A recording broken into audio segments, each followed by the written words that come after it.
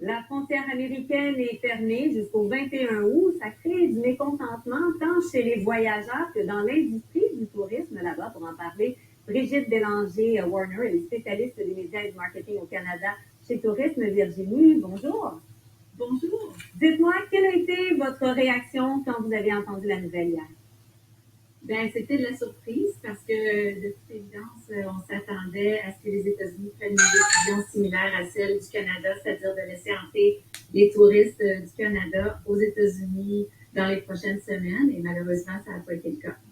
Pour vous, en Virginie, les touristes canadiens, québécois, ça représente une bonne part du tourisme chez vous? C'est énorme. En fait, le Canada est notre marché international principal.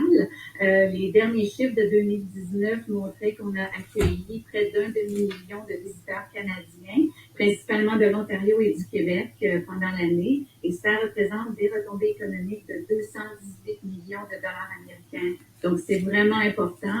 Et c'est malheureusement le deuxième été là, qu'on passe sans avoir nos amis canadiens qui viennent nous visiter. Et comment c'est ressenti en termes d'impact? Est-ce que les touristes américains arrivent un peu à compenser pour ces pertes-là?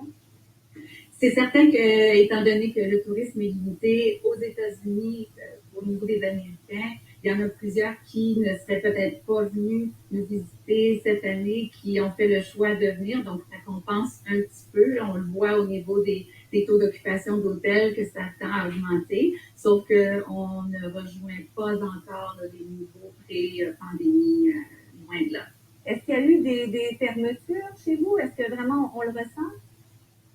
Il y a eu évidemment des fermetures, il y a eu des fermetures temporaires, il y a eu quelques fermetures permanentes de toute évidence, là, des petits commerces qui aussi vivent du tourisme qui malheureusement ont dû fermer leurs portes, mais étonnamment, on a aussi vu plusieurs ouvertures de commerce. Donc, je vous dirais que somme toute, malgré les difficultés, le tourisme en Virginie se porte quand même assez bien, mais c'est évident qu'on a très, très hâte de pouvoir accueillir nos amis du Québec et de l'Ontario de nouveau. Donc, ça représente, là, le Québec et l'Ontario représentent 83% des Canadiens qui nous visitent et la plupart le font en voiture, bien évidemment, parce que ça se fait bien du Québec. À cause de la proximité. Disons que ça ouvre, à partir du 21 août, là, pour septembre.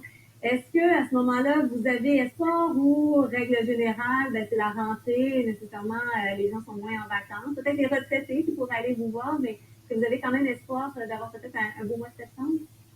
On l'espère, bien évidemment. Vous savez, septembre, c'est un très beau moment pour venir visiter la Virginie, même pour les fervents de la plage. Là, je sais qu'il y a des amateurs de Virginia Beach qui viennent à chaque année, des fois de génération en génération, qui sont venus depuis plusieurs années. Donc, un des meilleurs temps pour visiter Virginia Beach, c'est entre la fête du travail et je vous dirais la mi-fin octobre parce que les tarifs d'hôtel sont moins élevés généralement parce que on n'est pas en haute saison, mais l'océan est encore suffisamment chaud pour se baigner confortablement. Donc, un petit truc. Et aussi, pour les gens qui viendraient nous visiter, une fois que ce sera possible, là, reprendre la route vers le Québec par un autre chemin pour explorer la Virginie, les vignobles, nos parcs nationaux qui sont de toute beauté. On a près de 300 vignobles en Virginie. Donc, il y en a pour tous les goûts, je vous dirais. Vous nous donnez hâte de pouvoir vous retrouver. Merci beaucoup.